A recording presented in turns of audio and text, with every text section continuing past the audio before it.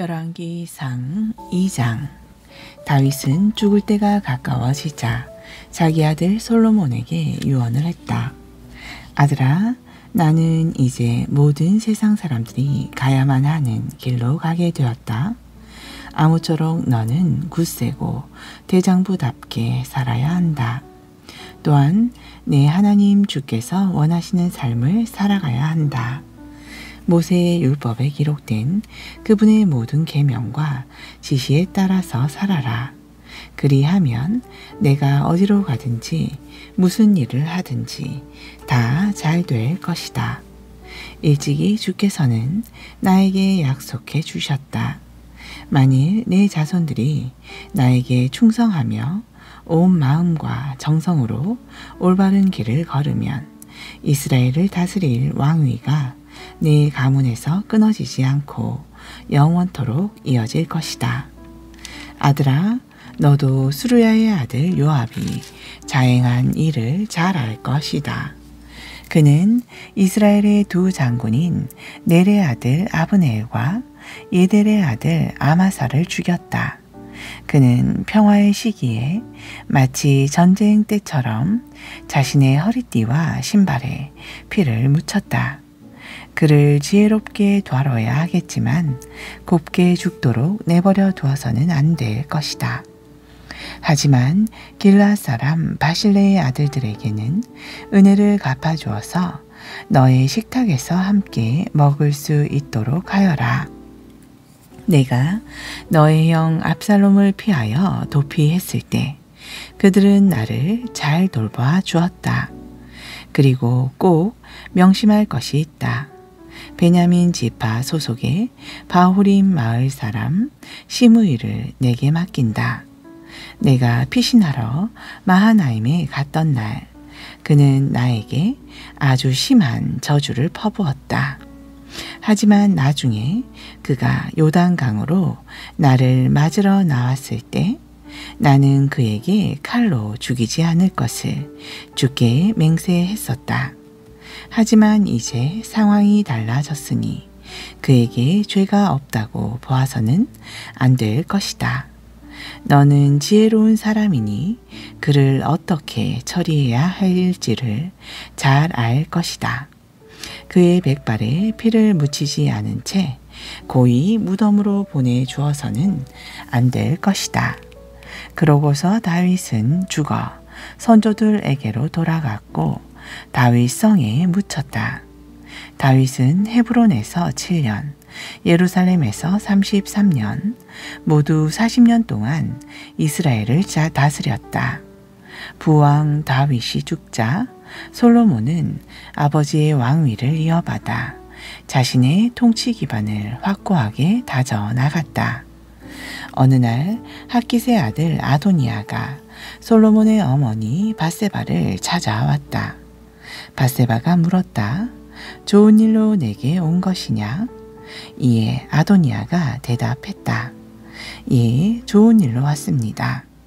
그러면서 이렇게 덧붙였다. 드릴 말씀이 있습니다. 밧세바가 말했다. 말해 보아라. 아도니아가 말했다. 아시다시피 사실 왕의 자리는 저의 것이었습니다. 모든 이스라엘 사람들은 제가 이스라엘의 왕이 되기를 바라했습니다. 그러나 상황이 바뀌어 왕위는 동생 솔로몬에게로 돌아갔습니다. 주의 뜻이 그러했기 때문이었습니다. 그러므로 이제 한 가지 청이 있습니다. 부디 거절하지 마시고 들어주십시오. 밧세바가 물었다. 그게 무엇이냐? 아도니아가 말을 이었다. 솔로몬 왕께 청하여 수넴 여자 아비삭을 제 아내로 삼게 해 주십시오. 왕은 어머니의 청을 거절하지 않으실 것입니다. 밧세바가 대답했다. 좋다. 내가 왕께 그리하도록 말하여 주마. 밧세바가 아도니아의 청을 대신 전해주려고 솔로몬 왕에게 나가자 왕은 엎드려 절을 하며 어머니를 맞았다. 솔로몬 왕은 자기 왕좌에 앉은 다음 자기 오른편에 자리를 마련하여 어머니를 앉게 했다. 자리에 앉은 후 밧세바가 말했다. 내가 사소한 부탁이 하나 있어서 이렇게 왔으니 왕은 거절하지 마시고 들어주세요. 왕이 부드럽게 대답했다. 어머니 안심하고 말씀하십시오. 제가 어찌 어머니의 청을 거절하겠습니까? 밧세바가 말했다. 수넴 여자 아비삭을 왕의 형 아도니아에게 주어 그의 아내로 삼게 해주세요.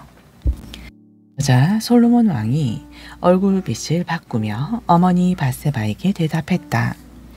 어째서 수넴 여자 아비삭을 아도니아에게 주라고 그러십니까? 아도니아는 나의 형이 아닙니까? 그러니 차라리 그에게 왕위를 넘겨주라고 하시지 그러세요. 그래요.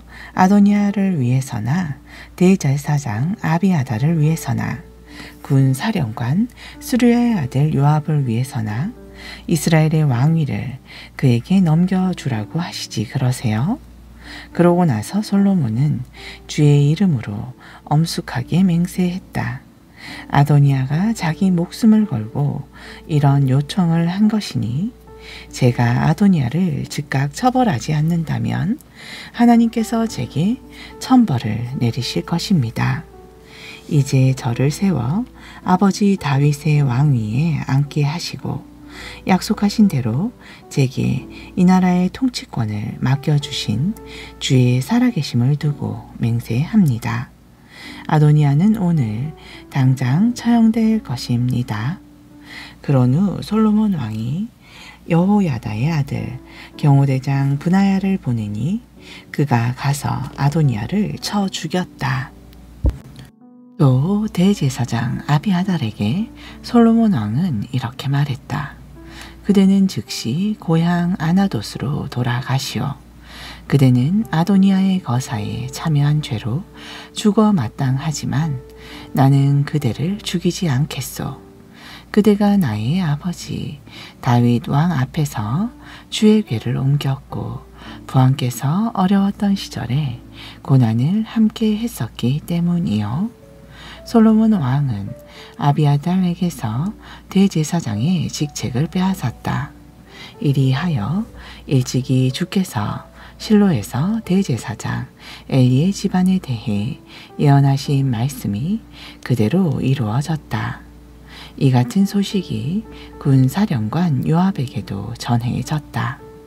그는 압살롬의 반역에는 가담하지 않았지만 아도니아의 거사에 참여했었다.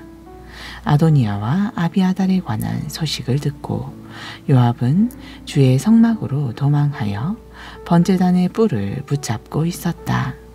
솔로몬 왕은 요압이 주의 장막으로 도망하여 번제단 곁에 서 있었다는 소식을 들었다.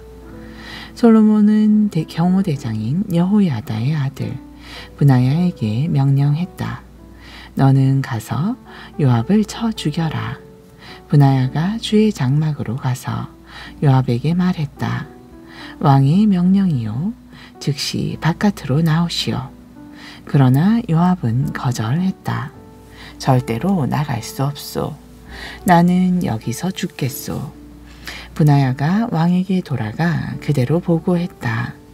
솔로몬 왕이 브나야에게 명령했다. 그렇다면 그가 말한 대로 해주시오. 거기서 요압을 쳐 죽인 후에 땅에 묻어버리시오. 그래서 요압이 흘린 죄 없는 피에 대한 죄값을 나와 내 집안이 짊어지지 않게 하시오. 주께서는 요압이 흘린 피의 대가를 그에게 도로 갚으실 것이요. 그는 나의 아버지 다윗에게 알리지도 않고 칼로 두 사람을 쳐 죽였소. 그가 죽인 이스라엘의 총사령관 아브넬과 유다의 총사령관 아마사는 요압 자신보다 의롭고 선한 사람들이었소. 요압과 그의 자손들은 대대로 그 죄값을 치러야 할 것이요. 그러나 다윗과 그의 자손들, 다윗의 집안과 왕좌는 주께서 평안히 지켜주실 것이요. 그리하여 여호야다의 아들 경호대장 브나야는 주의 성막으로 가서 번제단 곁에 있는 요압을 쳐 죽였다. 그러고는 그의 시체를 옮겨다가 광야에 있는 그의 땅에 묻었다. 이후 솔로몬 왕은 요압 대신에 브나야를 군대의 총사령관으로 임명했다. 그리고 아비아달 대신에 사독을 대제사장으로 임명했다. 그 뒤에 솔로몬 왕은 시므이를 불러들여 말했다. 그대는 예루살렘에서만 집을 짓고 사시오. 어떤 일이 있어도 예루살렘 도성 밖으로 나가서는 안 돼요. 만일 그대가 예루살렘을 떠나 기드온 시내를 건너간다면 그대는 반드시 죽을 것이고 그대가 그렇게 죽는 것은 그대의 죄 때문임을 명심하시오. 시므이가 대답했다. 나의 주 왕께서 명령하신 대로 따르겠습니다. 이후 시므이는 예루살렘에서 오랫동안 살았다. 하지만 3년 후 시므이가 데리고 있던 종 2명이 가드왕 마아가의 아들 아기스에게로 도주했다. 이 소식이 시므이에게 전해졌다.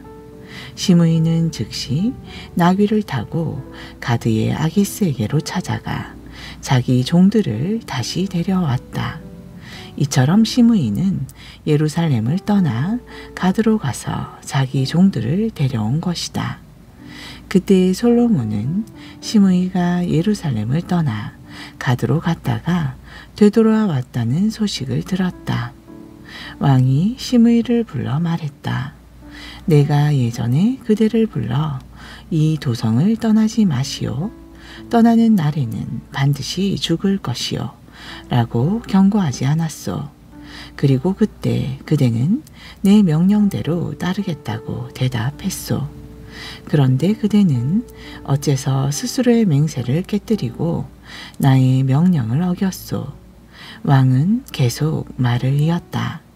그대는 나의 부친 다윗 왕에게 저지른 일을 스스로 잘 알고 있을 것이오.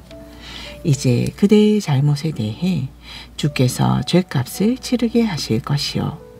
그러나 주께서는 나 솔로몬 왕에게는 복을 베풀어 주실 것이고 또 다윗의 왕가가 끊어지지 않고 영원히 이어지게 해 주실 것이오.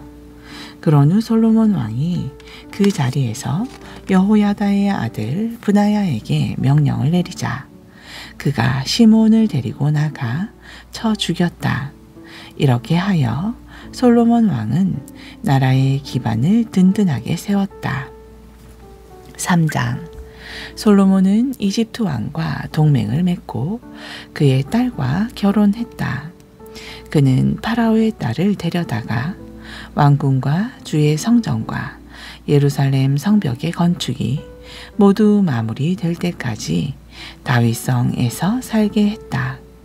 당시에는 주께 예배드릴 성전이 아직 지어지지 않았기 때문에 이스라엘 백성들은 아직도 산당에서 제사를 지내고 있었다. 솔로몬은 주를 사랑하였으며 아버지 다윗의 법도에 따라 살았다. 하지만 당시에는 여러 산당에서 번제와 희생제를 지냈다. 한 번은 솔로몬 왕이 가장 유명한 산당이 있는 기브온에 제사를 지내러 갔다.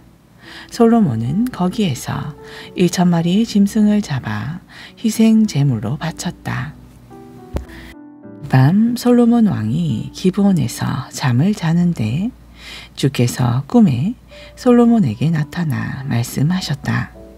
내가 내게 무엇을 해주기를 바라느냐? 무엇이든 원하는 것을 구하라. 솔로몬이 대답했다. 주께서는 주님의 종인 나의 아버지 다윗에게 큰 은혜를 베풀어 주셨습니다. 그가 의롭고 정직하고 주께 신실했기 때문입니다. 주께서는 이런 큰 은혜를 계속 베푸시어 오늘날 이렇게 그의 아들이 왕위를 계승할 수 있도록 해 주셨습니다. 나의 하나님 주여, 주께서는 주님의 종인 저를 아버지 다윗의 자리에 앉게 해 주셨습니다. 하지만 저는 아직 어리고 어떻게 처신해야 할지를 알지 못합니다. 주께서 선택하신 백성들은 너무도 많아서 셀 수조차 없을 지경입니다. 그러니 저에게 주님의 백성들을 올바르게 인도할 수 있도록 옳고 그름을 분별할 수 있는 지혜로운 마음을 주십시오. 그렇지 않으면 제가 어떻게 이토록 많은 주님의 백성들을 잘 다스릴 수 있겠습니까? 주께서는 솔로몬의 이 같은 간구를 무척 기쁘게 여기셨다. 그래서 주께서 솔로몬에게 말씀하셨다. 너는 오래 살게 해달라거나 큰 부자가 되게 해달라거나 원수들을 없애달라고 간구하지 않고 오직 주어진 백성을 올바르게 다스리기 위하여 내게 지혜를 간구하였다. 이제 내가 간구한 것을 다 들어주겠다. 내가 내게 지혜롭고 총명한 마음을 줄 것이니 이전에나 이후에나 너처럼 지혜로운 자가 없을 것이다. 뿐만 아니라 나는 내가 간구하지 않은 부귀와 영화까지도 내게 줄 것이다. 내 평생에 어떤 왕도 너와 비교할 수 없을 만큼 너는 많은 것을 누릴 것이다. 또한 내가 내 아버지 다윗처럼 신실하게 나의 모든 명령과 법도를 지킨다면 나는 내가 오래 살도록 장수의 복도 줄 것이다. 솔로몬이 깨어보니 꿈이었다. 그는 예루살렘으로 돌아와 주의 궤 앞으로 나아가서 번제와 화목제를 드리고 신하들에게 잔치를 베풀어 주었다. 어느 날 창녀 두 사람이 솔로몬 왕을 찾아와서 왕 앞에 섰다. 한 여자가 말했다. 나의 주 왕이시여, 이 여자와 저는 한 집에서 같이 살고 있습니다. 제가 아들을 낳을 때 이 여자도 저와 함께 있었습니다. 그런데 제가 아들을 낳은 지 사흘째 되는 날, 이 여자도 아들을 낳았습니다. 그때 집안에는 우리 둘밖에 없었습니다. 그런데 그날 밤에 이 여자가 잠을 자다가 자기 아이를 깔아 죽이고 말았습니다.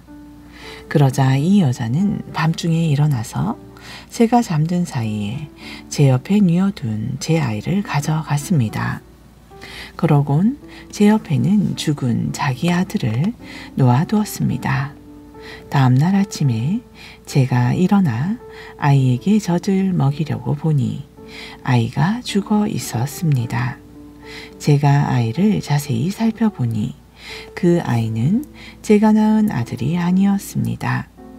이때 다른 여자가 그 여자를 향해 소리쳤다. 아니야, 살아있는 아이가 내 아들이고 죽은 아이가 내 아들이야. 그러자 먼저 말한 여자도 대들었다. 아니야, 죽은 아들이 내 것이고 살아있는 아들이 내 것이야. 이렇게 두 여자는 왕 앞에서 서로 다투었다.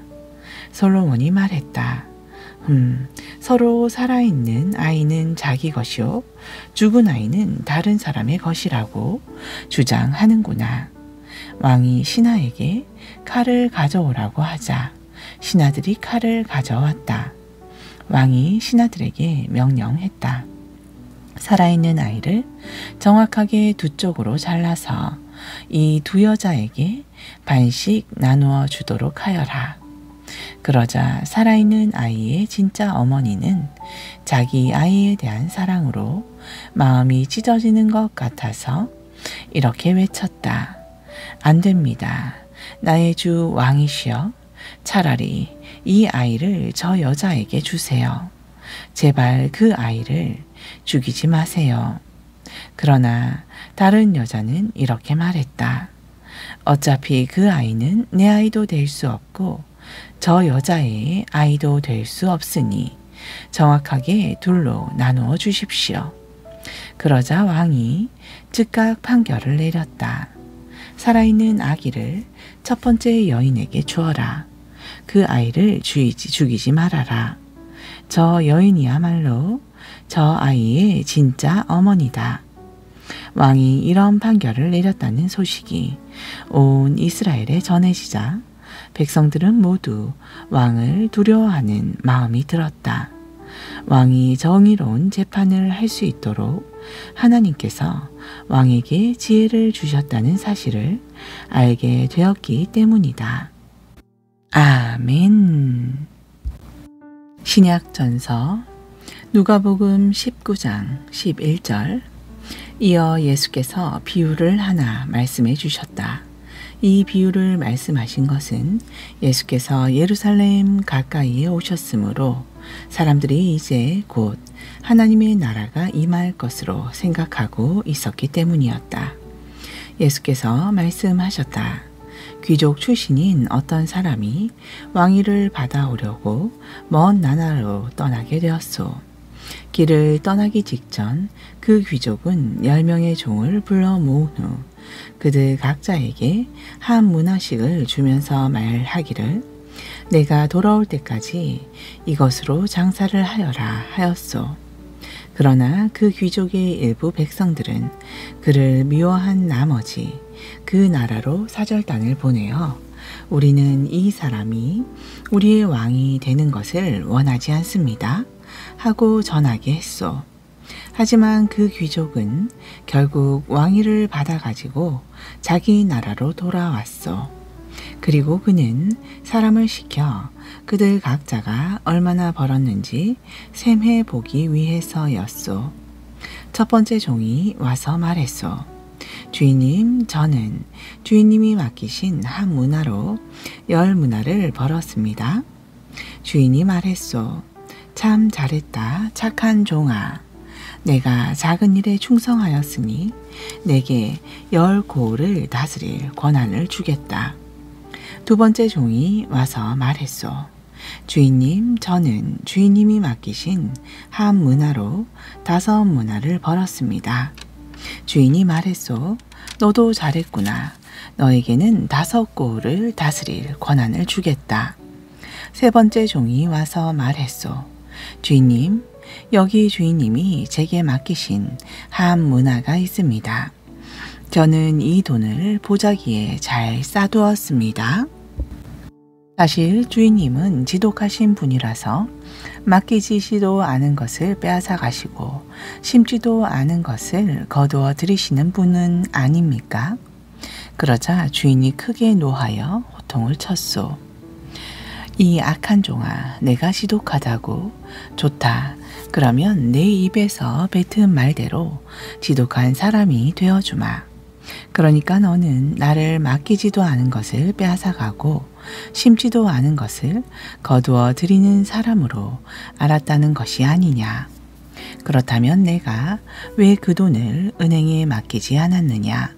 그랬더라면 최소한 이자라도 받을 수 있었지 않았겠느냐. 그러고서 주인은 옆에 있는 사람들에게 명령했소. 여봐라, 이 악한 종에게서 한 문화를 빼앗아 10문화를 가진 사람에게 주도록 하여라.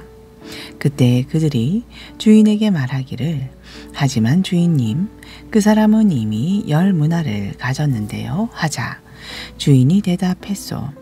내가 너희에게 분명히 말한다. 가진 사람에게는 더 많이 주어질 것이요. 갖지 못한 사람은 가진 것마저도 빼앗길 것이다. 그런 후에 주인은 명령하기를 그리고 내가 자기들의 왕이 되기를 원치 않았던 나의 원수들을 이리로 끌어다가 내 앞에서 모두 처형하도록 하라 하였소. 이 말씀을 하신 후 예수께서는 예루살렘을 향해 제자들보다 앞서 걸어가셨다. 올리브산의 기슭에 있는 벳바게와 베다니에 이르자 예수께서 2사람의 제자를 먼저 보내시며 그들에게 말씀하셨다. 눈앞에 보이는 저 마을로 들어가면 아직 아무도 탄 적이 없는 어린 나귀 한 마리가 길가에 매여 있을 테니 너희는 고삐를 풀어서 그 어린 나귀를 이리로 끌고 오너라.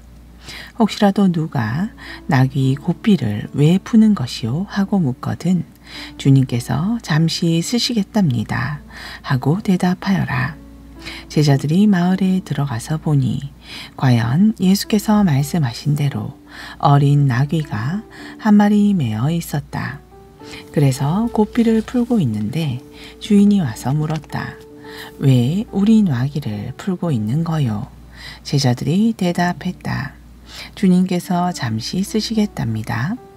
그러고서 제자들은 어린 나귀를 예수께로 끌고 와서 자기들의 겉옷을 나귀 등에 얹은 다음 예수를 그 위에 타기시게 했다. 예수께서 나귀를 타고 길을 가시자 사람들이 서로 자기들의 겉옷을 길 위에 폈다. 예수께서 올리브산의 내리막길에 이르렀을 때 지금껏 예수께서 행하신 여러 기적들을 목격해 온 수많은 제자들이 크게 기뻐하며 큰 소리로 하나님을 찬양했다. 복되도다 주님의 이름으로 오시는 왕이시여 하늘에는 평화 지극히 높은 곳에는 영광. 그런데 이런 광경을 보고 무리 가운데 섞여 있던 몇몇 바리새파 사람들이 투덜대며 예수께 말했다. 선생님, 당신의 제자들을 꾸짖어 잠잠케 하십시오. 그러나 예수께서 그들에게 말씀하셨다. 만일 저들이 잠잠하면 길가의 돌들이 소리칠 것이요. 행렬이 예루살렘 가까이에 이르렀을 때 예수께서 예루살렘 도성을 바라보며 우셨다. 그리고 예루살렘을 향해 이렇게 말씀하셨다. 오늘 너도 내게 평화를 가져다 두는 일이 무엇인지 알았더라면 얼마나 좋았을까? 하지만 지금 내 눈에는 그 일이 감추어져 있어 보지 못하는구나. 장차 심판의 날이 내게 닥칠 터인데 그때에 내 원수들이 진을 치고 너를 사방에서 조여들면서 너와 내 자녀들을 멸망시킬 것이다. 그때에 내 원수들은 너를 철저히 파괴하여 돌 하나도 다른 돌 위에 얹혀 있지 못하게 할 것이다. 그것은 하나님께서 너를 찾아오신 때를 내가 알아차리지 못했기 때문이다. 예루살렘에 입성하신 예수님께서는 성전에 들어가셨다. 그리고 거기에서 장사하는 사람들을 쫓아내시며 그들에게 말씀하셨다. 성경에 기록되기를 내 집은 기도하는 집이다 하였건만 지금 당신들은 내 집을 강도의 소굴로 만들어 버렸소. 그런 후 예수께서는 날마다 성전에서 가르치셨다. 대제사장들과 율법 교사들과 백성의 지도자들은 머리를 맞대고 예수를 죽일 궁리를 하고 있었다. 하지만 사람들이 모두 예수의 말씀을 열심히 듣고 있었으므로 어찌해야 좋을지 방도를 찾지 못하고 있었다. 20장 어느 날 예수께서 성전 뜰에서 복음을 가르치고 계실 때였다. 대제사장들과 율법 교사들과 장로들이 몰려와서 예수께 따졌다. 당신은 무슨 권한으로 이런 일을 하시는 거요? 누가 당신에게 이런 권한을 주었소? 예수께서 그들에게 대답하셨다. 나도 당신들에게 한 가지를 물어보겠으니 대답해 보시오. 요한의 세례는 하늘로부터 비롯된 것이요? 아니면 사람들에게서 비롯된 것이요? 이 질문을 받고 그들은 자기들끼리 의논하면서 말했다. 만약 우리가 하늘로부터 비롯된 것이요 하고 대답하면 그런데 너희는 왜 세례 요한을 믿지 않았느냐 하고 따질 것이 분명하고 만약 우리가 사람들에게서 비롯된 것이요 하고 대답하면 이번에는 사람들이 우리를 돌로 칠 것이 분명하오. 사람들은 모두가 세례 요한을 예언자로 믿고 있으니 말이요. 그래서 결국 그들은 우리는 모릅니다 하고 예수께 대답했다. 그러자 예수께서 말씀하셨다. 그러면 나도 내가 무슨 권한으로 이런 일을 하는지 당신들에게 대답하지 않겠소. 아멘.